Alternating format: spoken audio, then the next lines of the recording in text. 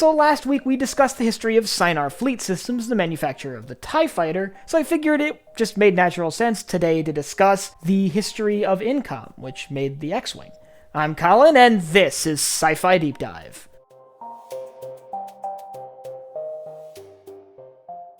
Remember, if you enjoyed this video, to head down below and hit that subscribe button. So beyond Incom's most famous creation, the X-Wing, there's actually a lot of other starfighters and vehicles that they manufactured.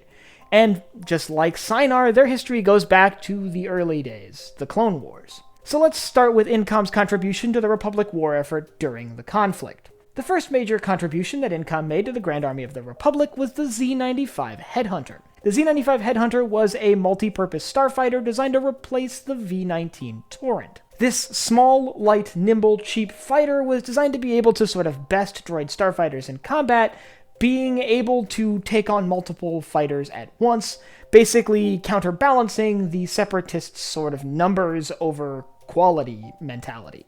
And while the Z95 Headhunter was a success and did see a lot of action during the conflict, it wouldn't quite gain the same notoriety as their next creation, the ARC-170. The ARC-170, or Advanced Reconnaissance Starfighter 170, was a versatile beast, and I mean beast very literally. It was massive. This thing was huge, having a crew of 3, a pilot, a Rio, and a turret gunner. On top of that, it had a beefy hyperdrive, some real advanced shields, some strong armor, and some very intimidating weapons. Now, these facilities on board aren't necessarily designed to make it last longer in combat, it was really actually built as a scout vehicle, but it was still deployed like a starfighter in a lot of cases where it did very well, often being able to take down numerous droid starfighters before being taken down themselves, due mostly to their shields and their very powerful weapons that could easily overwhelm droid starfighters in single shots. With the fall of the Republic and the rise of the Galactic Empire, the mentality of their main customer changed. The Empire was no longer looking for quality over quantity when they talked about their starfighters. They were instead looking for something that could be mass-produced, rolled out in huge numbers, and overwhelm any enemy with numbers. So Incom's new, expensive, and more capable prototype wouldn't really fit the Empire's needs. So instead they began selling them to independent factions and manufacturing them clandestinely for rebel groups. This new design, this prototype, would ultimately become the T-65 X-Wing.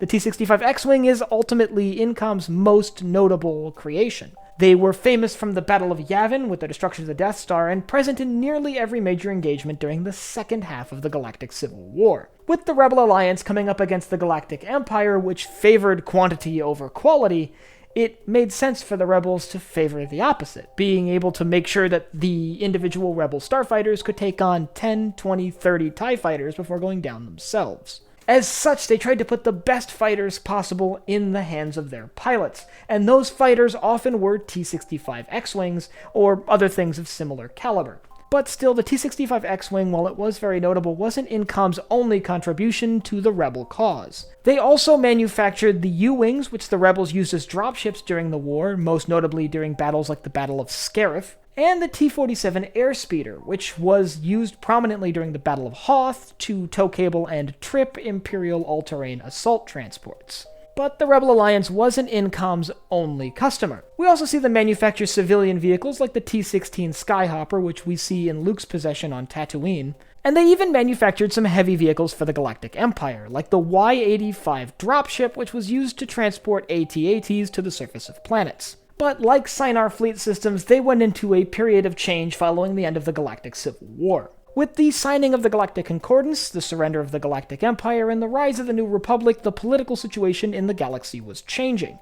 The New Republic, which was the successor to the Rebel Alliance, which was Incom's biggest customer, had now sworn off of having a large standing military.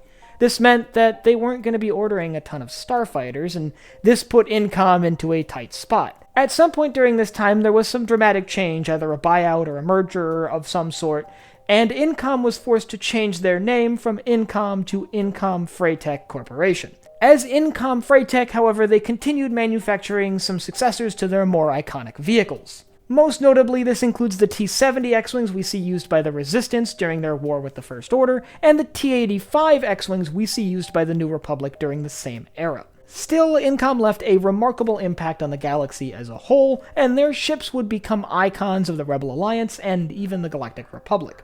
Their most prominent ship, however, was the X-Wing, and it often came up against the TIE Fighter, which was manufactured by Sinar Fleet Systems. If you'd like to learn about Incom's great rival, Sinar Fleet Systems, I'll leave a link up here to my video on that. And I want you to let me know down in the comments which Incom fighter or vehicle is your favorite.